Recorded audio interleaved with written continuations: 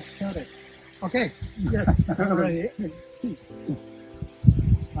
It's a little cold and windy today, but cherry blossoms are in full bloom. Lovely. In Japan, the official year at schools, companies, and other administrative offices starts April 1st. So, right, a few weeks before, or a few days before, graduation ceremonies and farewell parties take place across the country. And almost at the same time, the cherry trees burst into blossom. So, as you probably know,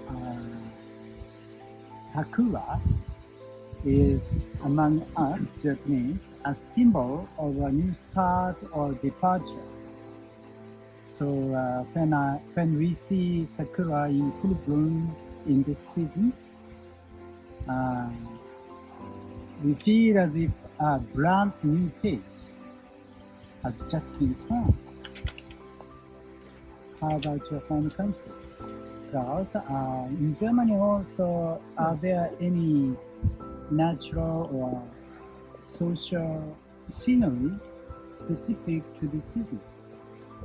Yes, I can say we do have something similar, which is also an outdoor event, and that is Easter.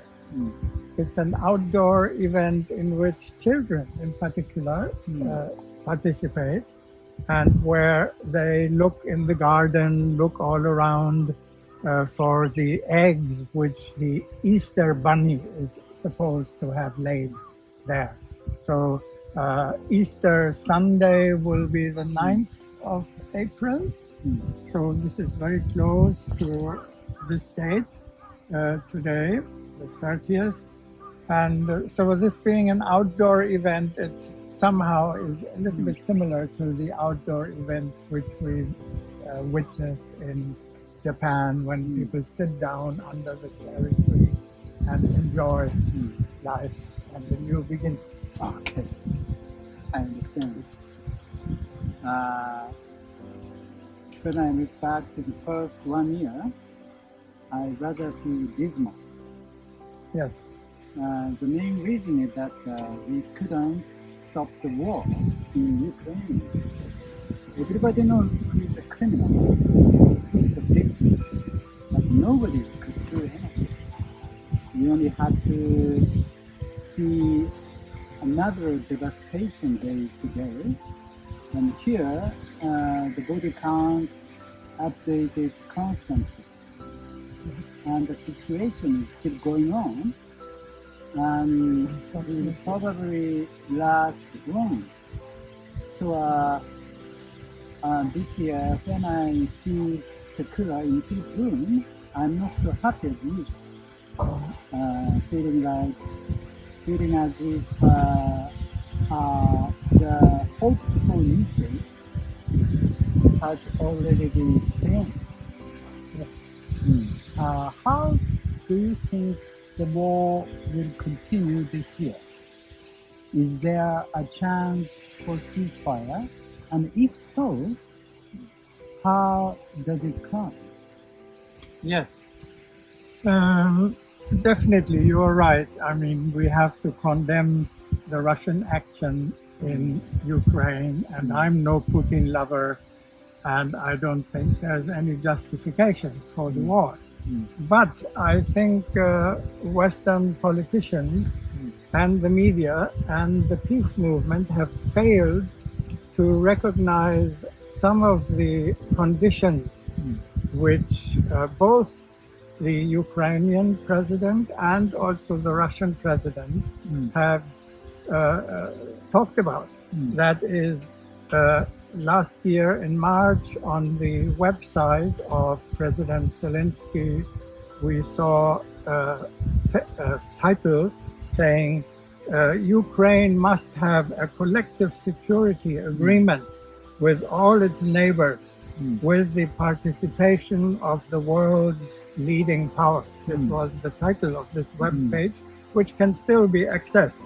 And according to Zelensky, in the future, Ukraine must have a collective security agreement with all its neighbors, including the United States, France, Germany, Turkey, and others. And he said, these will be guarantees not only for Ukraine, but for Russia as well. And this is very similar to announcements by the Russian President Putin, who on several occasions has called for a modern, non-block system of collective security in which Russia would want to participate.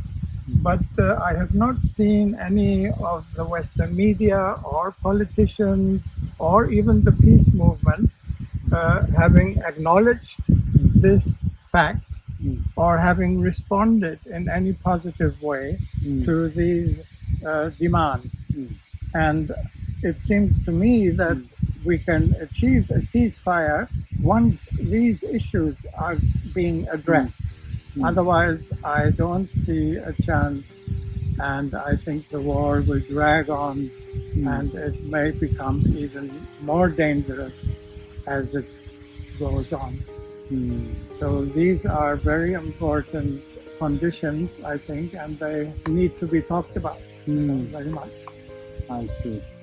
Your comment helps me to move forward to the next topic in today's conversation about world order, post-war world order. And we want the United Nations to function properly. And we strongly believe that is a necessary condition. And let me get back to the basics.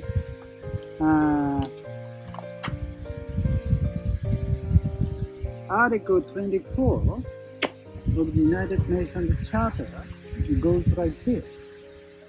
In order to ensure prompt and effective action by the United Nations, its members confer on the Security Council primary responsibility for the maintenance of international peace and security, and agree that in carrying out its duties under this responsibility, the Security Council acts on their behalf. Yes. Can I read this text without prejudice? I understand this article like this. Each country must primarily trust the maintenance of peace and security to the Security Council, even if it is about the peace and security of its own. In other words, every member state must relinquish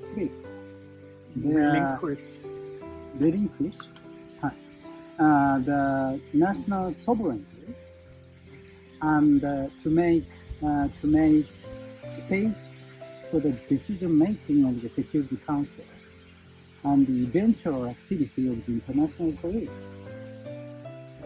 And so delegate the part of the national sovereignty related to the national security to the Security Council by some legislative action of its own parliament. But these days I learned from your research and published in an article that my comprehension of such comprehension of Article 24 is not so obvious or natural as I had long thought it to be. Right. There are two interpretations of Article 24, aren't there? Yes. Could you give us a little more specification? Yes, I have also, just like you, for years and even for decades, believed that this article should be read the way it, anybody can understand it quite clearly. And we have rules for interpreting legal provisions. It's the statutory interpretation, which says we have to go by the wording, we have to go by what is the actual purpose, we have to go by the history. There are 3 or 4 or more criteria by which we should judge this provision in the UN Charter. And I have always believed that this is an easy to understand, basically. Nations have to delegate security sovereignty to the UN Security Council. And in fact, recently I did some more research because of this question arising whether this is really true. I mean, is our understanding, which is a kind of common sense understanding of the article, can this be verified? And so I looked into the 1985 French commentary on Article 24, which totally agrees with what we had thought, and which considers a genuine delegation by member states to the Security Council to be necessary. And this is very much in accordance with the French Constitution of 1946, which also states, with a view toward empowering the United Nations, that under condition of reciprocity, France agrees to those limitations of national sovereignty necessary for the organization and defense of peace.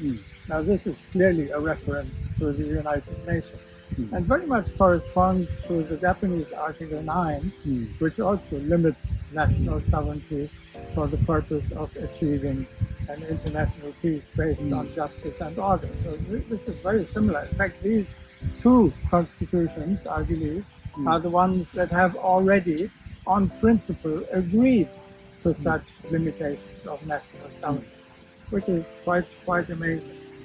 Now, the German commentary on the UN Charter and on Article 24, published 5 years later in 1990, contradicts the French reading.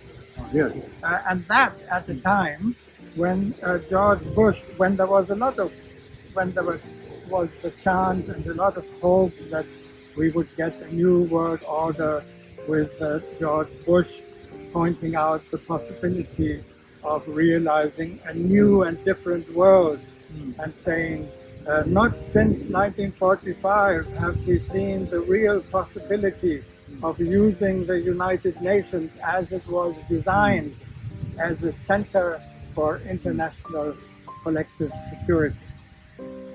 So at that time, 1990, when the Cold War ended and Germany was reunited, this would have been a great chance for a German peace initiative that could have been successful, and more so since in my own correspondence as chairman of the German World Federalists with political parties and politicians, I found very much agreement coming from the Social Democrats, the Liberals, and even someone from the Christian Democrats, that they were favoring, on principle, a delegation of powers to the UN to embark on the transition toward genuine collective security and disarmament.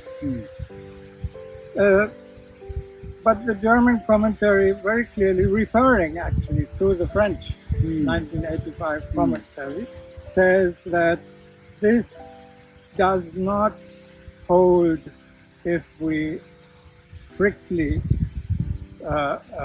adopt legal analysis, and that analysis would not support such an interpretation as the French have put forward.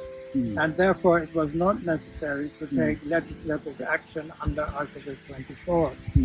Now this is of course absurd, because if that had been the case, that no further action was necessary, then actually UN member states would have disarmed to the level of what Article 26 of the UN Charter stipulates, to the minimum.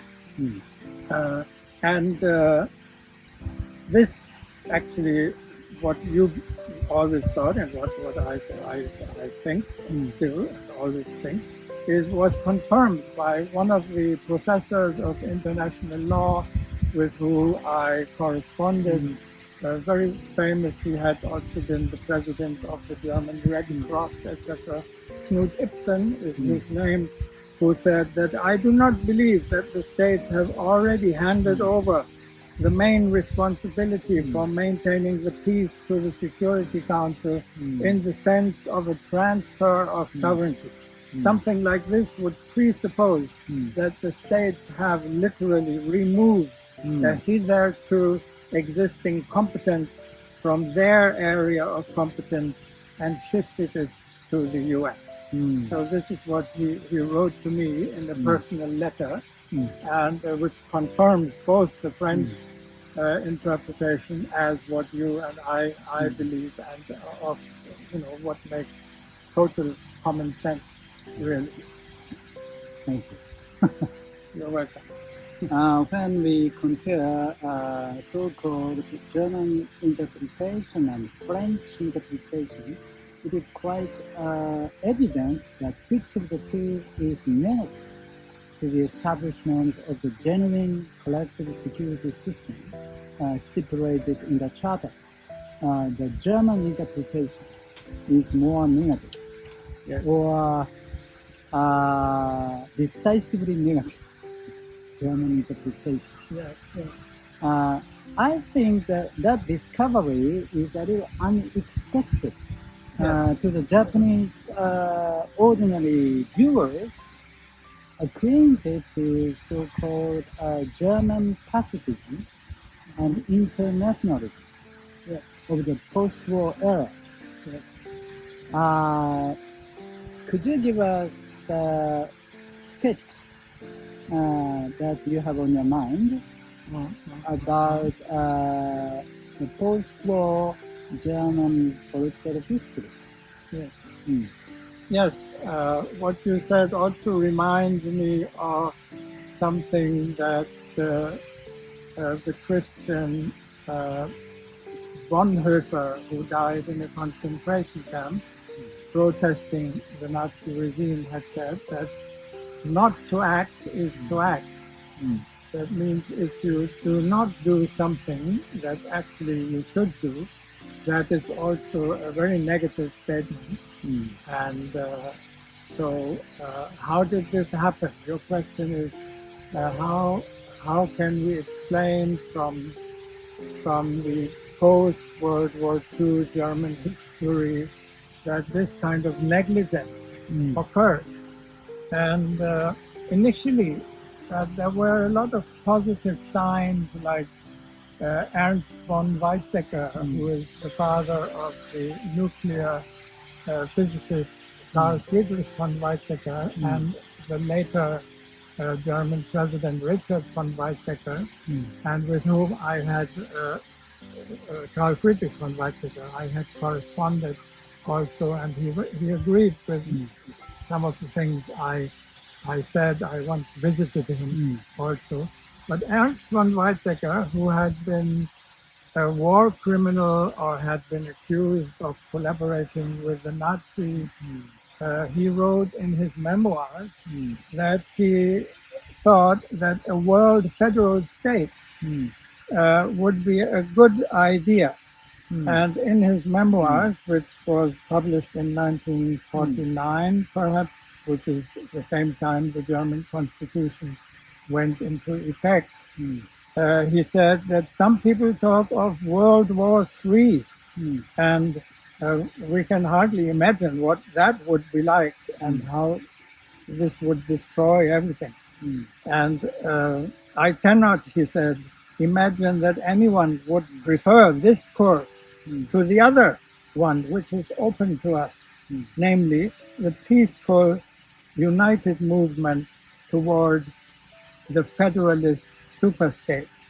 Of course, he said, the way to achieve this would be difficult and not without sacrifices. Interestingly, in the same year, in 1949, the Americans passed a resolution, two resolutions actually, in both houses of Congress, calling for the development of the United Nations into a world federation. But apparently nobody in Germany took much notice of these things happening, nor of Ernst von Weizsäcker's call for a world federal state, meaning a federalist system under the rule of law worldwide. And one explanation may be something which my professor at Kiel University, a professor of international law, who passed away 2 years ago, I think, his name is Jost Delbrück, a very good international lawyer, who said that, and who complained kind of, or stated that German realpolitik continued primarily along the lines of the Hegelian concept of power politics, which, quote, countered the idea of an internationalistic organization of peace with skepticism.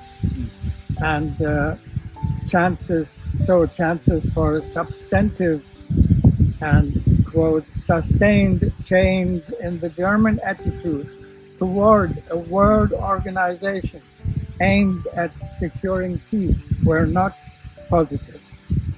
So, as I said, Delbrück was my professor of international law at Kiel University, but he was also the one who, in the 1990 German commentary on the UN Charter, gave this negative interpretation to Article 24 of the UN Charter.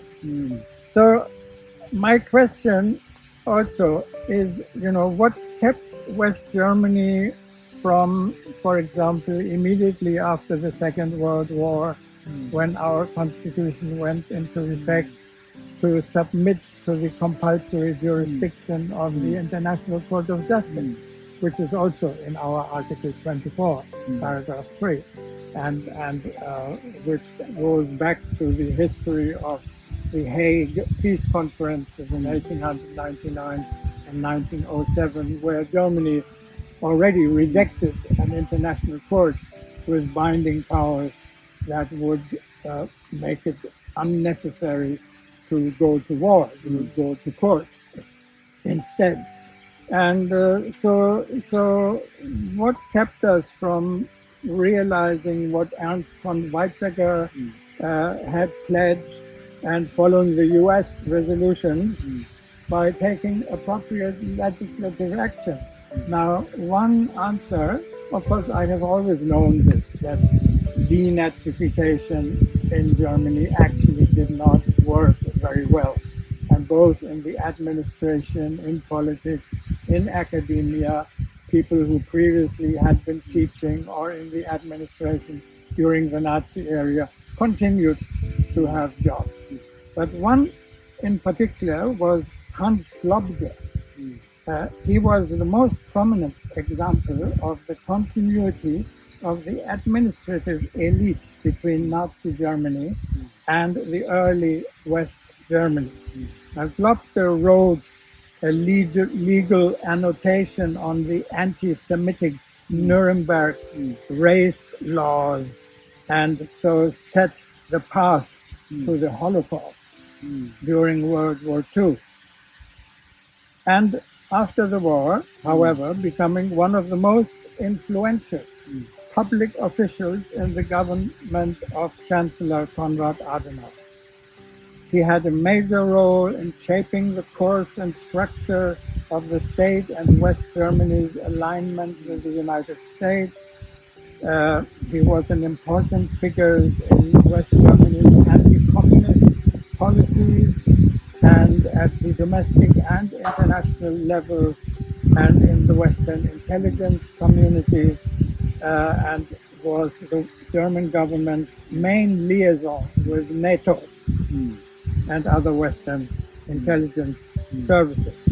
So here I find evidence of just what went wrong. It's like a train going on a track, and suddenly the tracks are changed in a different direction. You know, you were actually supposed to go in the right direction, but suddenly you're going in the wrong direction, right? And that has determined our policy with regards to collective security, with regards to the United Nations, and I mean, I could say much more on this subject, like why Germany only became a member of the UN in 1973. For example, you know, I've been thinking about this for a long time, and how is this possible? You know, we should immediately have submitted to the compulsory jurisdiction of the International Court, which would have sent a signal to the Russians also, who had, after all, invited the Russian Tsar Nicholas, had invited to the Hague Peace Conference, 1907. And the Russians must have some kind of memory of these. In fact, the Russian Tsar recently became, I think, and his family, which was murdered in Ekaterinburg, recently became kind of, what's it called, sanctified, sort of holy, kind of holy family. A few years ago, quite recently, as you know, some historical, not because of the Hague Peace Conferences, I think, but Russia also has a very strong and basic international law tradition, which also shows a kind of continuity from the Hague Peace Conferences until today. So we cannot disregard totally the Russian position with regard to international law, in spite of the fact that, of course, the aggression against Ukraine is illegal and contrary to international law. Thank you. Thank you for a lot of interesting remarks. Your research on the two interpretations of Article 24 of the UN Charter is very, I think, is very instructive and inviting. And also, maybe Japanese viewers of this video must have been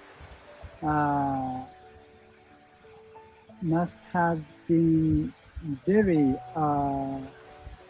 interesting. Interested? Surprised?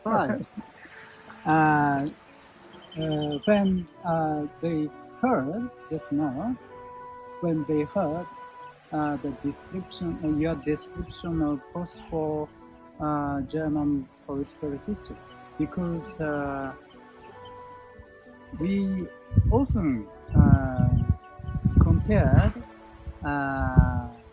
the two attitudes toward the World War II between the German government and German people and the Japanese successive conservative governments. And we always respect Germany and the German governments for their sincere attitude toward the war crime during the World War II, compared with the attitude of Japanese government, successive conservative governments toward what our ancestors, our fathers and our grandfathers had done in the Korean Peninsula, Right. China continent, and other Asian Pacific nations. So maybe they may have been a little shocked to hear your remark. Yes. And I think I can understand a little more why you came to Japan and continue your research or activity to seek global peace. Yes.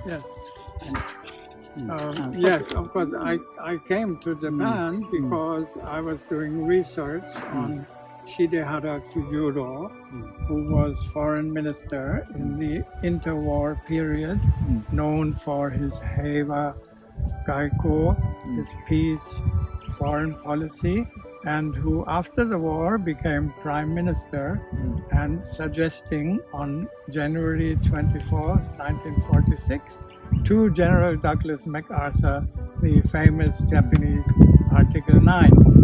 And having studied this and published my dissertation both in German and in English in 2 volumes also, I came to realize that actually, in spite of the fact, as you say, that Germany, what Japanese people believe, that Germany has dealt with its past in a very good and effective way. And of course, we have apologized to the Jews and we have apologized for the Holocaust and so on.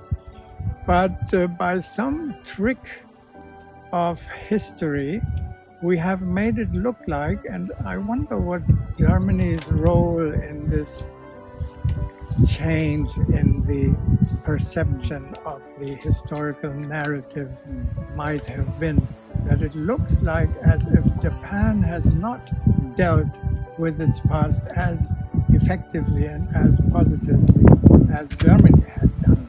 But already many years ago, I came to realize that no, actually the Japanese have dealt with their past in a much better way than Germany has. And of course, if you read Maruyama Masao and other people, you can understand why. You know, there is a strong pacifism in Japan which supports Article 9.